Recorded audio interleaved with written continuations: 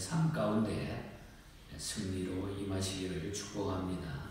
우리가 어제 아침 13장에서 그 신정 왕국의 심장부 예루살렘에 하나님의 임재와 통치를 상징하는 그 언약궤를 운반하려던 계획이 그 불의의 사고로 중단된 사실을 소개했고, 그 후에 오벳에돔의 집에 이 법궤가 머물게 됐던 이야기들을 어제 아침에 나누었습니다. 오늘 14장에 와서는 이어 다윗이 국내외적으로 빛나는 성공을 거두고 그 나라를 든든히 세워간 사실을 소개해주고 있는 것입니다. 곧 내적으로는 가정의 번창이 엄청나게 되었고, 또 외적으로는 나라의 창성함이 이루어지게 되는, 가정과 밖과 안에 축복이 그대로 임하는, 그래서 두로왕 히람이 왕궁 건축을 위하여 물자와 기술자들을 보내주는 이런 엄청난 이 다윗 왕가의 축복이 쏟아지는 이런 일의 연속이 나타나는 말씀을 오늘 본장에 기록하고 있습니다.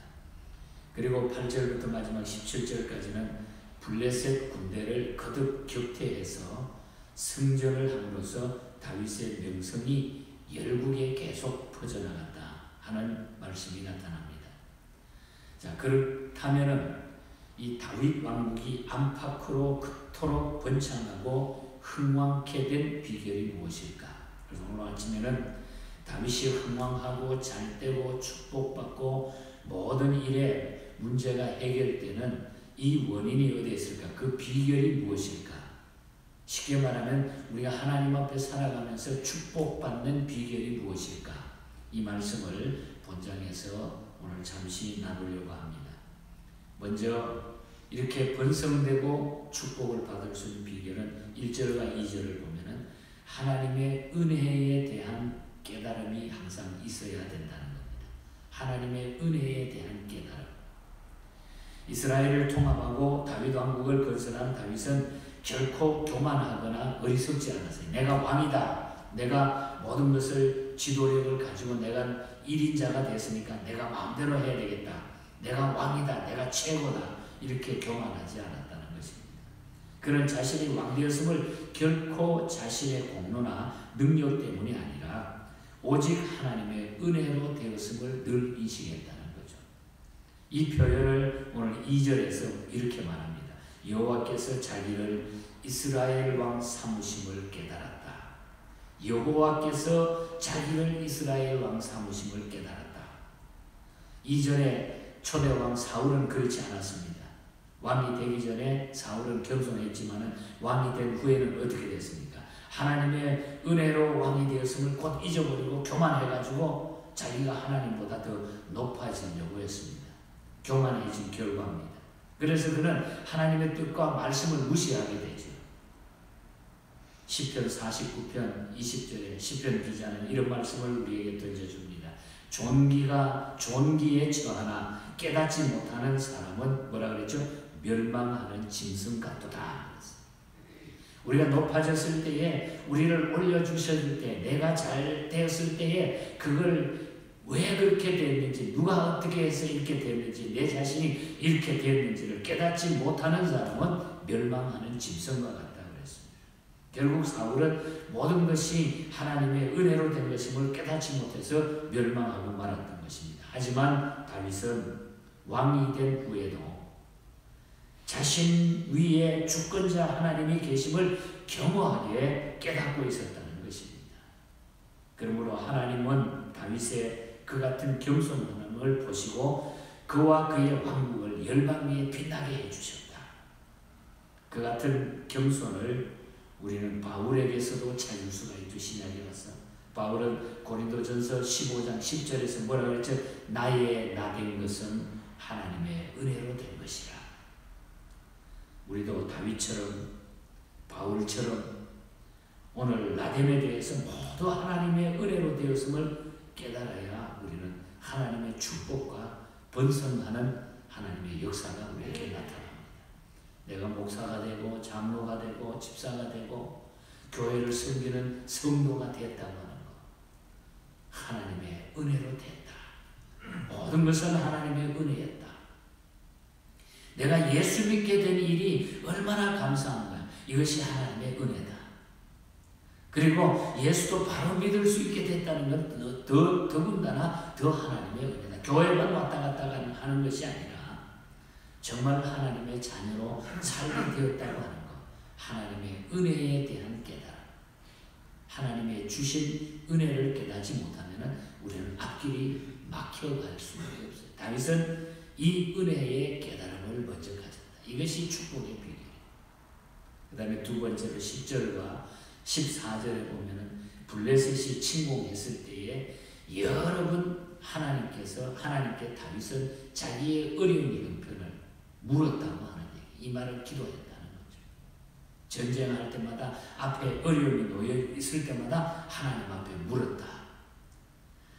다윗 왕국이 나날이 탄탄해져 가니까 이제 막 명성이 높아지니까 이스라엘의 오랜 숙적인 이 블레셋이 2번씩이나 이스라엘을 침공해 옵니다.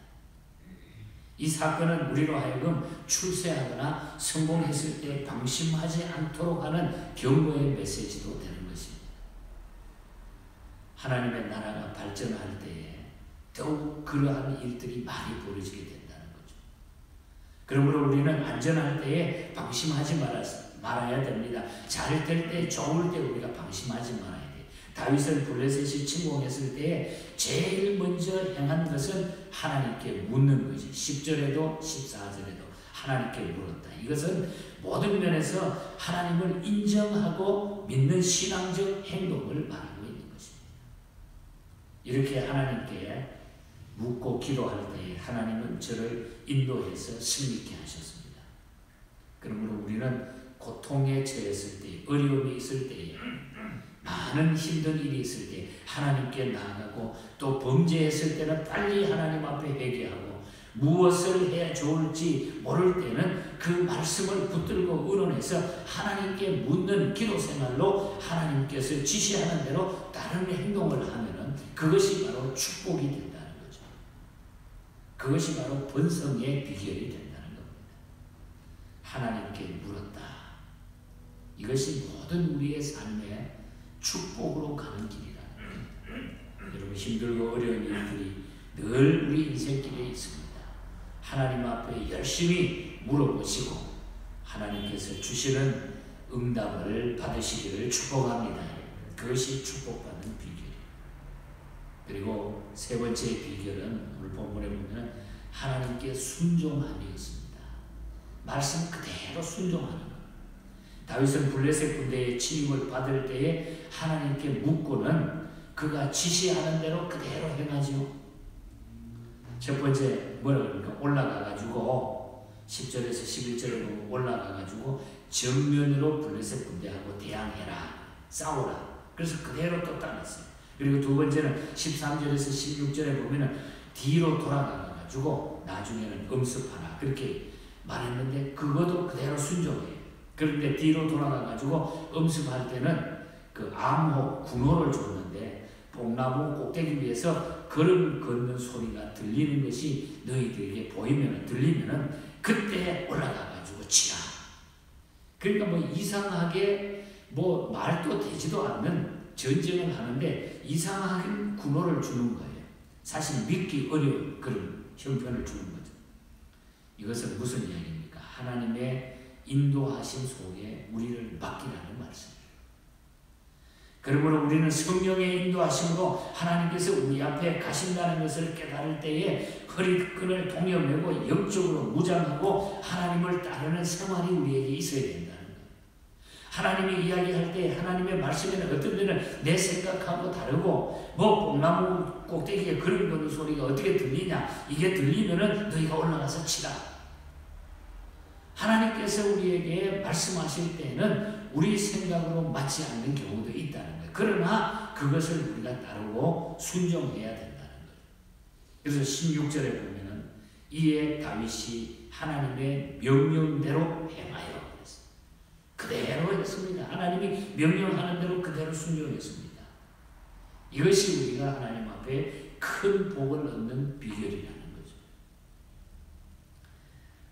목회하면서 늘 제 머릿속에 담겨져 있는 그 탐 알렌 목사님이 쓰신 평생 예수 믿어도 믿음이 성장하지 못하는 10가지 이유라고 하는, 제 책상 위에 항상 얹혀 있으면서 늘 순간순간 그 10가지를 저는 봅니다.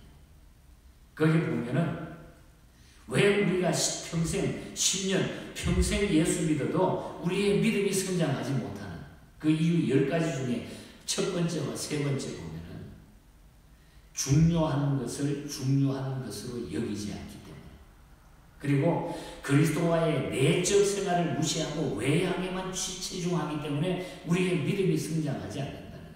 내 생각대로, 내 계산대로, 내 멋대로, 내 스타일대로 하나님의 스타일을 따라야 되는데 내 스타일대로 살아간다는 거예요. 그래서 우리의 믿음이 성장하지 못한다는 거예요. 그 고집을 꺾지 않고는 우리는 하나님 앞에 설 수가 없다는 거예요. 평생 예수 믿어도 우리의 믿음이 성장하지 못하는 이유가 중요한 것, 그 중요한 것을 내가 중요하게 생각하지 않는다는 거죠. 그 영적인 문제, 순종하는 문제. 여기에는 반드시 우리의 결단이 있는 거예요. 하나님과 나 사이에 결단이 이루어져야 돼요. 그래야 끈끈한 그 관계가 끊어지지 않는다는 것입니다. 그래서 이에 다윗이 하나님의 명령대로 행하여, 명령대로 행하여. 자, 결론적으로 그 결과 어떻게 됩니까? 17절에 가서 그 결과 다윗의 명성이 열국에 퍼져나가게 되었더라. 17절에 다윗의 명성이 온 세상에 퍼졌고 여호와께서 모든 이방 민족으로 그를 두려워하게 하셨더라. 다윗의 놀라운 이미지가 막 확 바뀌어져가지고 주변의 모든 나라들이 다윗을 그냥 공경하고 다윗에게 찾아오고 나라가 부강하게 되고 내적으로는 가정이 탄탄하게 되고 바깥으로는 나라가 부강하게 되고 그리고 그의 명예가 멋있게 올라가 있고 하나님이 그를 이방 민족으로 그를 두려워하게 하였더라. 이것이 하나님 앞에 우리가 행해야 될 일이고 하나님 우리에게 주시는 번성의 축복인 것입니다. 금년에 우리 교회가 정말 우리가 힘있는 교회, 힘있는 성도가 되기 위하여 이 다윗과 같은 이런 믿음을 우리가 가져야 됩니다. 다윗의 번성과 이 축복의 메시지를 우리가 머릿속에 두면서 우리는 늘 하나님 앞에 은혜에 대한 깨달음, 하나님이 나를 인도하셨다.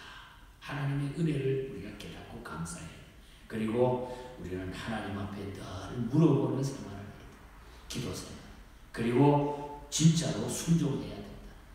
입술로 기도만 하는 것이 아니라 말씀대로 우리가 행하는 그것이 바로 번성케 되는 축복받는 비결입니다.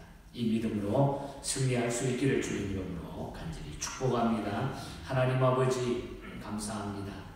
다윗이 왕위에 오르면서 하나님께서 그를 점점 번성하게 하고 대내외적으로 하나님이 그를 높이 올리셔서 하나님의 영광을 올리는 것을 저희들이 봤습니다.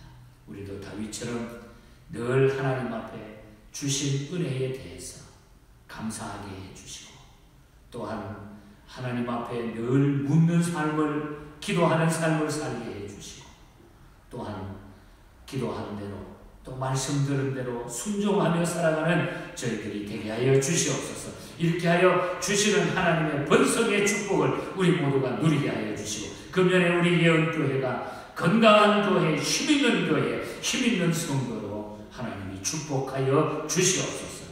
우리 성도들의 삶의 가정에, 직장에, 특별히 사업터에 이 놀라운 번성의 복을 넘치도록 부어 주시옵소서. 거룩하신 예수님 이름으로 기도하옵나이다.